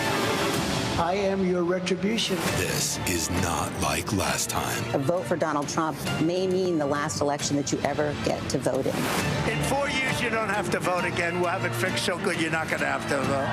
The danger is real. In a historic decision, the Supreme Court ruled that presidents have immunity from prosecution. They've just given him a license for dictatorship. All right, Kelly, what you think about those two ads? I think they're effective. I hope that they get through to the American people. And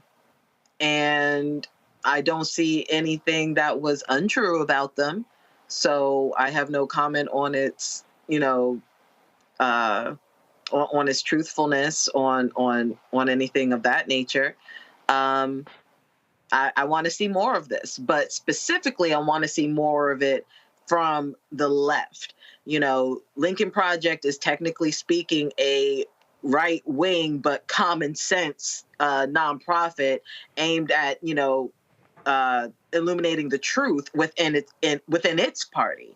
I need an equivalent of that for the Democrats, right? We're kind of sort of getting there when it comes to Kamala's pick for vice president being Governor Walz. He was the person who started people talking about how weird they are. He was one of the first people, if not the first person, to say, Trump is just weird. The Republicans are just weird. Right. We need to get underneath that and have messaging carrying that out, not just, name calling wise, but providing substantive evidence in our advertising as to why they're weird, as to why they're creepy, as to why they are not fit to be in civic engagement with us because they're not civil, right? So, again, my thoughts on the ads, they're great, but we need something on the left saying virtually the same thing. Well, Kelly, the first ad was from Eric Swalwell, who's a Democratic Oh, congressman. well, yeah. So that was from the left. Correct.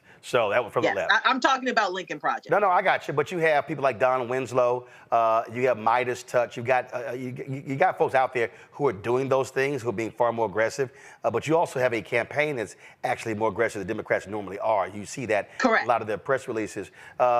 This right here, Michael, I think, and you see the Harris campaign really leaning in on this. And I've seen a lot of veterans really ticked off when Donald Trump made this comment in one of his speeches.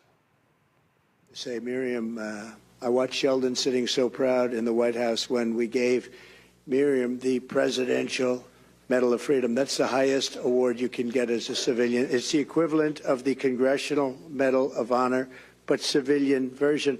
It's actually much better because everyone gets the Congressional Medal of Honor. That's soldiers. They're either in very bad shape because they've been hit so many times by bullets, or they're dead. She gets it. And she's a healthy, beautiful woman. And they're rated equal. I'm sorry. Did that fool just say this? Did he just say this here? Did y'all? I want y'all to hear this again, y'all, because I'm playing this video straight from Twitter. But I want y'all to hear what this fool just said.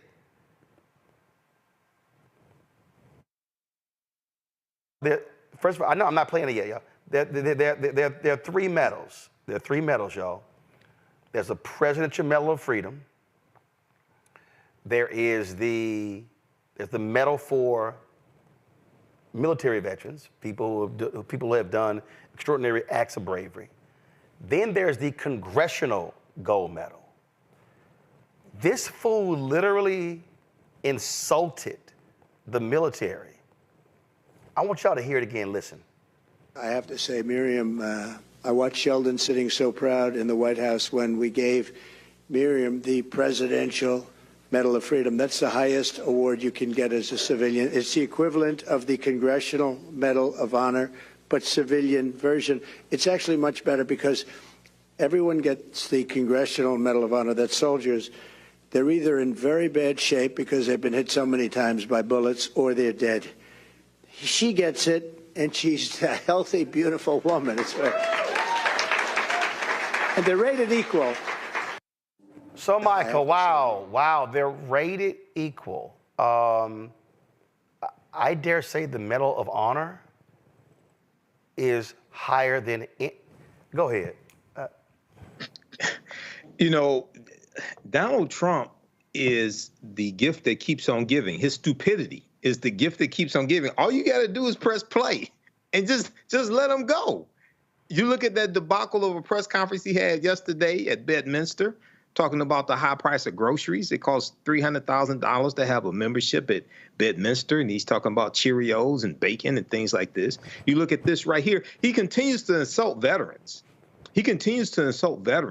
So Donald, the best asset next to Kamala Harris that Democrats have is Donald Trump.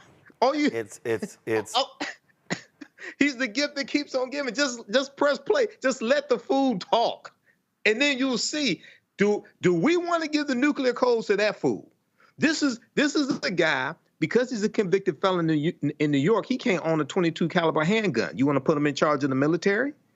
This is the guy who wanted to shoot George Floyd protesters. He's mentally deranged. Okay, so hey, let him keep talking. And also, Vice President Kamala Harris is going to wear his ass out at the debate on September 10th. Well, so here was a statement that the Harris-Walz campaign put out on that. Donald Trump knows nothing about service to anyone or anything but himself. For him to insult Medal of Honor recipients, just as he has previously attacked Gold Star families, mocked prisoners of war, and referred to those who lost their lives in the service to our country as suckers and losers, should remind all Americans that we owe it to our service members, our country, and our future to make sure Donald Trump is never our nation's commander-in-chief again. You know what I really hope? You know what I really hope, Matt? I really hope. I wish his chief of staff, John Kelly, retired four-star general, would actually, in September or October, hold a news conference or give a speech condemning this idiot. So this suckers and losers comment, Kelly confirmed that, but that was I think it was for a book. He confirmed those comments. No. Kelly needs, for the good of the country, he needs to come out and publicly share what Trump has said, how he's praised Hitler, and his generals, how loyal they were. He needs to talk about what he said when he refused to go to that cemetery when they were in Europe. To me, I don't care if you work for the guy and you know that he should never be in this position, like 40 or 44 officials in his cabinet. I mean, that to praise a woman who gave your campaign $100 million because, oh, she's standing there and she's all healthy and it was just lovely compared to these soldiers who are all shot up or dead. Well, who the hell says that? I think you're right. I think John Kelly should come out and say that. And it's ironic that we are having this conversation this week because my 6-year-old has taken to calling people at his school liars. I don't know where he got it from, but we've been dealing with that this week. But I think he should call him a liar every time he gets up and touts military might and how much we support our veterans and all of that, when you call them suckers and losers and when you make disparaging comments about somebody like John McCain, a prisoner of war. I mean, you're a liar, right? Because you're leveraging people, the sheep who are following you and following what the Republican Party are saying every time you get up and tout any, desire to support the military when you repeatedly make disparaging comments. So as my 6-year-old might say, he is a liar when he gets up and says that he supports the military despite continuing to denigrate them. I think Michael's right. I think he's a gift that keeps on giving. But I do think one of the other gifts that we get is we get to see the populace of people who espouse these beliefs like they support the military, so to speak, but they're behind a guy who continues to do things that are directly against their stated values. And that, to me, is if you're willing to do that, that's because you're voting for him for some other reason. It may be his white supremacist views. It may be his, extraordinary elitism, some other reason that is nefarious. But it's not because he really believes your values, because he keeps talking against them. So as my son would say, he's a liar. Look, I mean, it is what it is. If it walks like a duck, talks like a duck, quacks like a duck, it's a duck. And, well, then again, of course, for them, it's called alternative facts. So that's how they roll. All right, let me go to a quick break. I'll be right back. Roland Martin Unfiltered on the Black Star Network.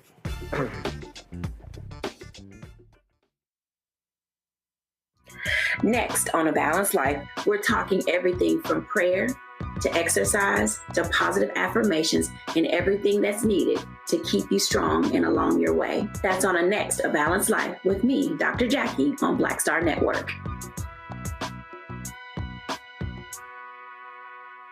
Hello, I'm Jamia Pugh. I am from Coatesville, Pennsylvania, just an hour right outside of Philadelphia. My name is Jasmine Pugh. I'm also from Coatesville, Pennsylvania. You are watching Roland Martin Unfiltered. Stay right here.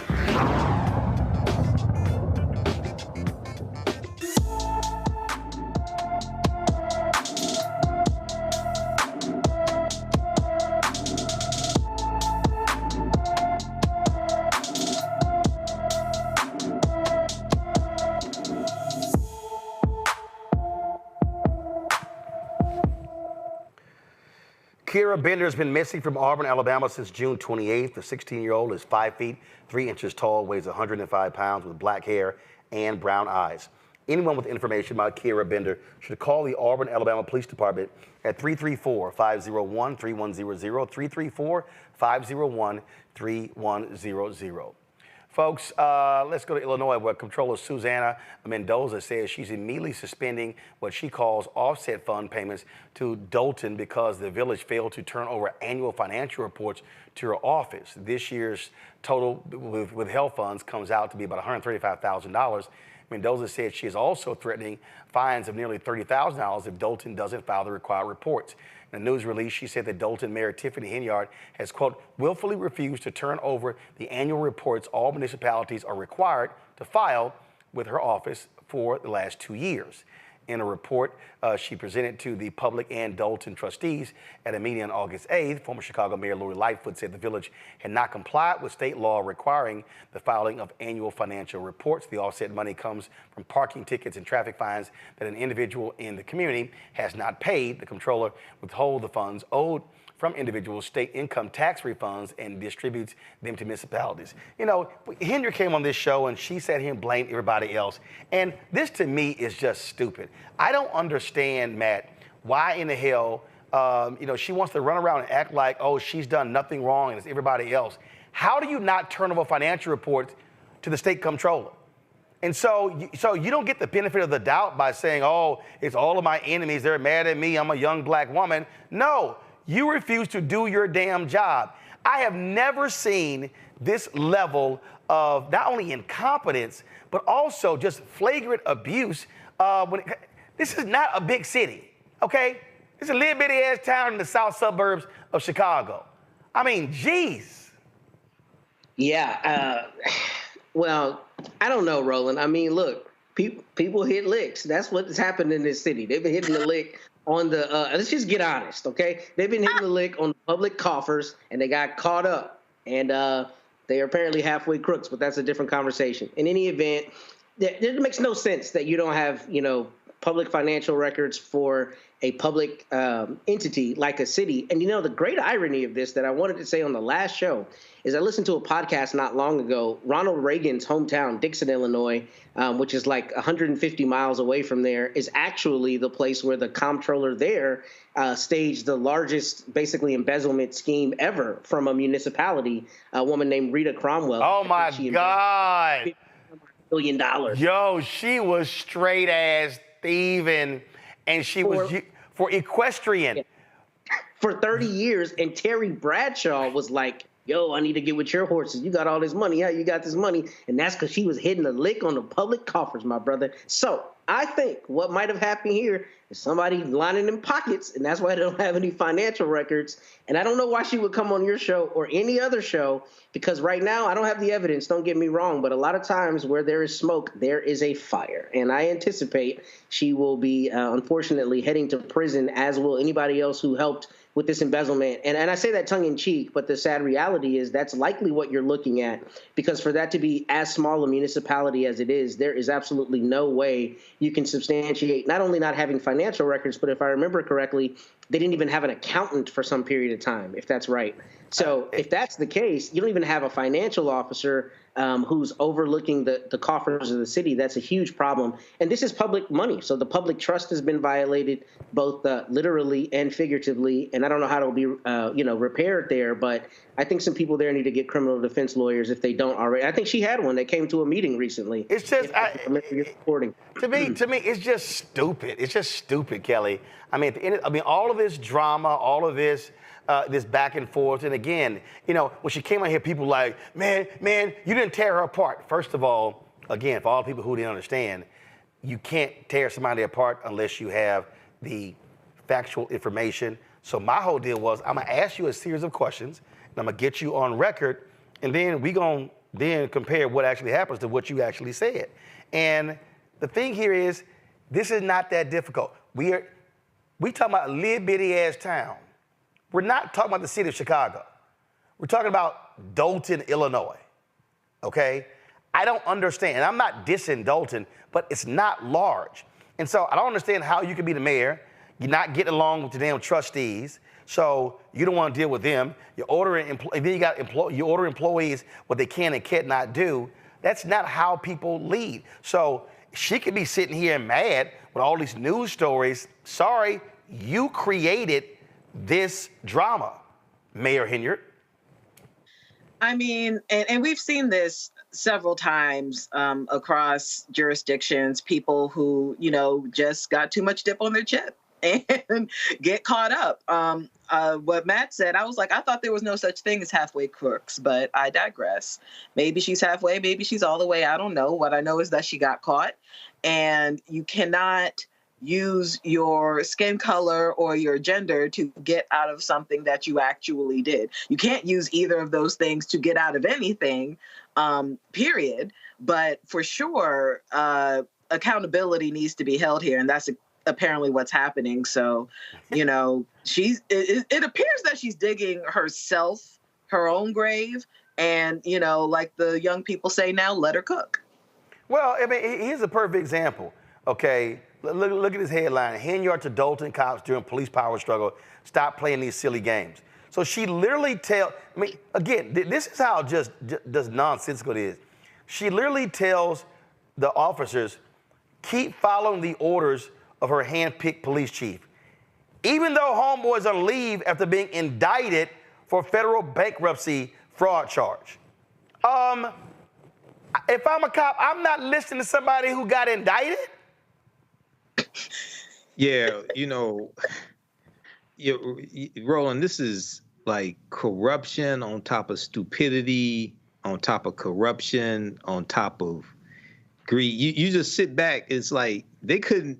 If somebody was going to sit down and write a movie about this, nobody would believe the movie. I mean, this is just too far-fetched. So, I saw the interview you did with the trustee. I think we had her on. You had her on last Friday when we were on, and I know this is a little bitty town, as you call it, but I also have to wonder. I know former Mayor Lori Lightfoot did an audit and found all these millions of dollars that they were in the red. I think $3.5 million, something like that, almost $4 million that they're in the red, things like this. And I have to ask, okay, there had to be some other people that knew what was going on. There had to be, and I'm not trying to let the mayor off the hook, but I'm like, wait a second, hold on. You're not getting the proper financial statements. All of this, you don't have an accountant, things like that. I mean. Well, yeah, because there are people who she say they report to me, not anybody else. And so, to me, again, it's nonsensical, it's stupid, it makes no sense. Yes. And the bottom line is, Mayor Henry, you keep playing games, you're gonna get your ass indicted. Okay, so your police chief got indicted on a bankruptcy charge. Your former top aide, Keith Freeman, got indicted. Same thing. So I'm just saying. I mean, F around and find out. Patrick got indicted. So right. Don't think that you can just keep playing in folks' face and think it's always going to be well. That's just so stupid. Let me go to Georgia, where the Board of Elections in one of the largest counties says it will start charging people who challenge voter eligibility. The Cobb County Board of Elections voted 4-1 on the measure, with a Republican member voting against it.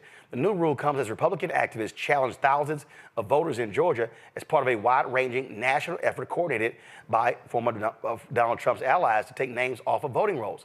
Most of the people they target have moved away from their old addresses, and the activists argue that letting those names stay on the rolls invites fraud. But Democrats and liberal voting rights activists say Republicans are challenging voters either to remove Democrats or to sow doubt about the accuracy of all elections in advance of the 2024 presidential election.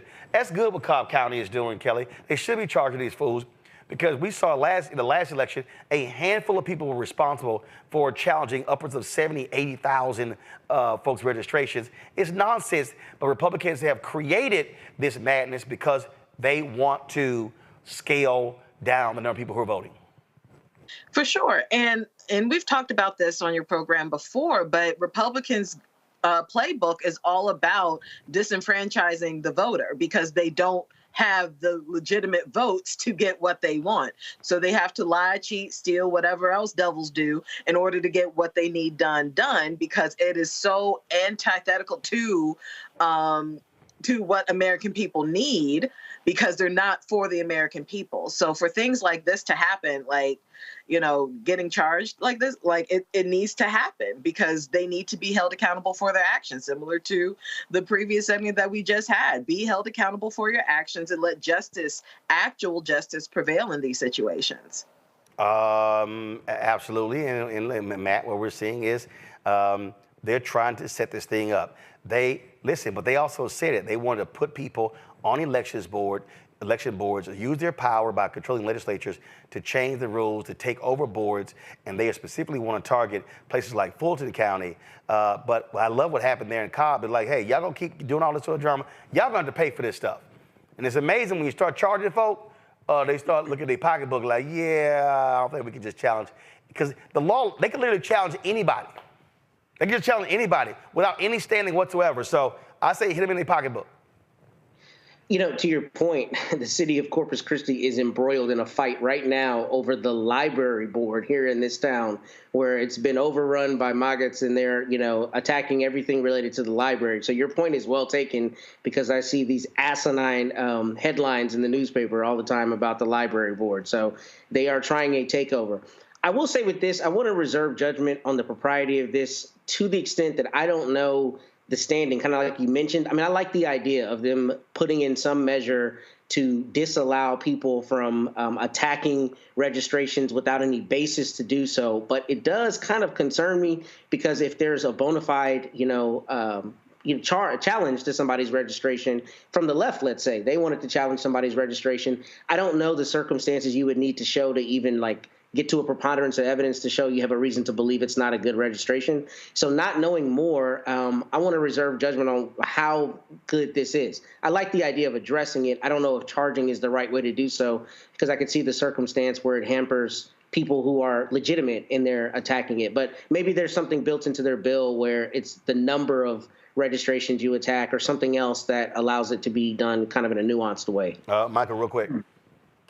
Yeah, Roland, this goes back to the one of the agendas of the Heritage Foundation. Not only did they craft Project 2025, but you go back to 1980, Paul Weyrich, who's a co-founder of the Heritage Foundation, he was on video saying it's in their best interest for less people to vote because they're going to turn out their voters. Republicans are going to turn out their voters. So this is one of their tactics: challenge people's ability to vote, get people removed from the voting rolls. And then Republicans will turn out their voters. So they should be charged for this, and we have to continue to fight voter suppression efforts like this. All right, then. Folks, the family of a black Ohio man killed by a sheriff's deputy will receive $7 million to settle a federal civil rights lawsuit over the December 2020 shooting. Casey Goodson Jr. was shot multiple times as he tried to enter his grandmother's Columbus home. Jason Mead's trial, tried on murder and reckless homicide charges, ended in a mistrial in February when the jury couldn't agree on a verdict. Prosecutors will try the officer again in October, but they have dropped one of the 2 murder counts he faced. Mead testified that Goodson waved a gun at him as the 2 drove past each other. So he pursued Goodson because he said he feared for his life and the lives of others. He said he eventually shot Goodson because he turned towards him with a gun. All right, folks, that is it for us. Let me thank Matt, Kelly, Michael for joining us as well on this show. Thank you so very much. Hey, folks, do not forget, beginning Monday, we will be live in Chicago every single night, 6 hours of live coverage from the Democratic National Convention. That's right, we're gonna be there. Our team is driving up tomorrow with all our gear. We fly up on Sunday, set up, and we go live. And so we're gonna be covering everything there as well. So looking forward to that. And so again, every single night we're live there in Chicago. So we want you to join us. Listen, y'all don't need to waste y'all time with them other networks. Y'all know you're gonna barely see any black people on any of those networks, but you're gonna see lots of black folks on the Black Star Network. We're gonna be covering everything for you. And so you know how we're gonna do this thing. So we look forward to that. Also support the work that we do. It's gonna cost us about $25,000, y'all, easy, minimum, to go to Chicago to do this. But we think it's important that we be there on the ground, bringing the news to you and not just simply getting it from other mainstream sources. So support us by joining our Bring the Funk fan club. Send your check and money order to P.O. Box 57196, Washington, D.C. 20037-0196. Cash App is $RM Unfiltered. PayPal R Martin Unfiltered. Venmo is RM Unfiltered. Zelle, Roland at RolandSMartin.com, Roland at RolandMartinUnfiltered.com. Download the Black Star Network app, Apple phone, Android phone, Apple TV, Android TV, Roku, Amazon Fire TV, Xbox One, Samsung Smart TV. Be sure to get a copy of my book, White Fear, The Browning of America is Making White Folks Lose Their Minds, available at bookstores nationwide. And don't forget, y'all, to get your My Black Job is Voting t-shirt. And so go to, you can click the QR code in the bottom right-hand corner, or go to daciasdesigns.com, DACIASDESIGNS.com. Use the promo code ROLAND, and some of the proceeds of that comes back to this show to support our work. Folks, that's it. I'll see y'all on Monday from Chicago. Holla!